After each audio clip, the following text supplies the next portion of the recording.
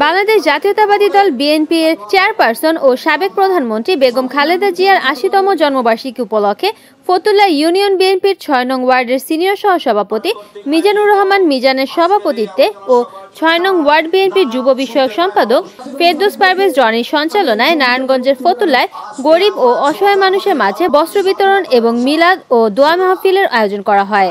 ২২শে August শুক্রবার বাদ আসর এনায়েতনগর ইউনিয়নের ৯ নং ওয়ার্ড ও ফতুল্লা ইউনিয়নের ৬ নং ওয়ার্ড বিএনপির উদ্যোগে গাবতলী এলাকায় এই অনুষ্ঠান আয়োজন করা হয়।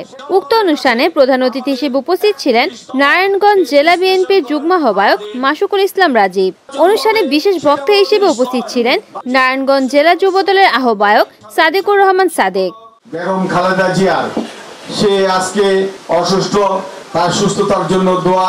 সে এরশাদ বিরোধী আন্দোলনে কোনো আপোষ করে নেই, জেল জুলুম খেটেছে, তারপরও সে আপোষ করে নেই, দেশের বাইরে যায়নি এবং সেই জন্যই তাকে আপোষের নেত্রী বলা হয়েছে।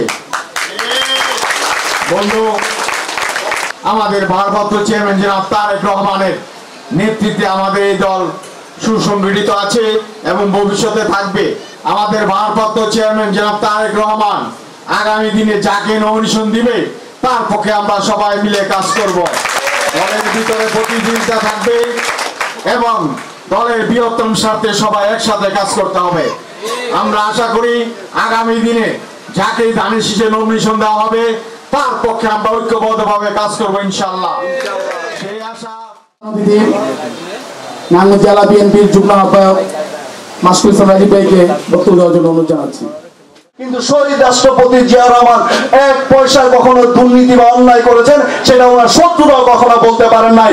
সেটাই আমাদের জাতীয়তাবাদী দলের সবচেয়ে আভিজাত্যের জায়গা। বন্ধুরা আমার, আজকে অনেক দলের প্রতিষ্ঠাতা, অনেক বড় বড় নেতা সময়ের বিবর্তনে হারিয়ে গেছে। মানুষ গালিগালাজ করে, মানুষ তাদের নাম নিশ্চিহ্ন করে দিতে চায়, কিন্তু শহীদ রাষ্ট্রপতি জিয়া রহমান এবং দেশনেত্রী বেগম খালেদা জিয়ার মানুষের হৃদয়ে যে স্থান করে নিয়েছে সেটাই আজকে সবার কাছে ঈর্ষার কারণ হয়ে দাঁড়িয়েছে। আজকে আমরা হিংসা হানানি রাজনীতি পরিহার করে মানুষকে বুকে জড়িয়ে ধরে, মানুষকে ভালোবেসে, মানুষকে সম্মান করে, মানুষের বিপদে পাশে থেকে আমরা আমাদের রাজনৈতিক কর্মকাণ্ড পরিচালিত করতে চাই।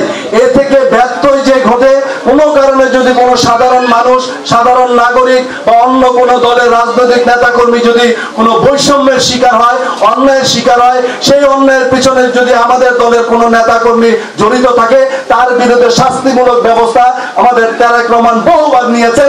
অতএব এই ধরনের রাজনীতি বাংলাদেশে আর কেউ করতে পারবে না, এটা নিশ্চিতভাবেই বলা যায়। বন্ধুরা আমার, এবং আমাদের যারা বিএনপি যারা নেতাকর্মী আছেন, আপনাদের প্রতি নিবেদন থাকবে এই এলাকার মানুষ কোনো অবস্থাতেই যাতে কখনো নিরাপত্তাহীনতায় না ভুগে, কোনো অবস্থাতেই যাতে তারা মনে না করে যে আগের যেই জুলুম অত্যাচার দেখেছি তার চেয়ে অন্তত ১০০ গুণ ভালো অবস্থায় আছি, সেই কথাটা যাতে প্রত্যেকটা নাগরিক বলে, সেই রাজনীতি আপনাদের প্রতিষ্ঠিত করতে হবে। কারণ এটাই আমাদের দলের চাওয়া, আমাদের দলের প্রধান জনক তারেক রহমানের চাওয়া। আমরা বাংলাদেশের মানুষের নেতা হতে আসি নাই, আমরা বাংলাদেশের মানুষের একজন হয়ে নিজেদের কর্মকাণ্ড পরিচালনা করতে চাই।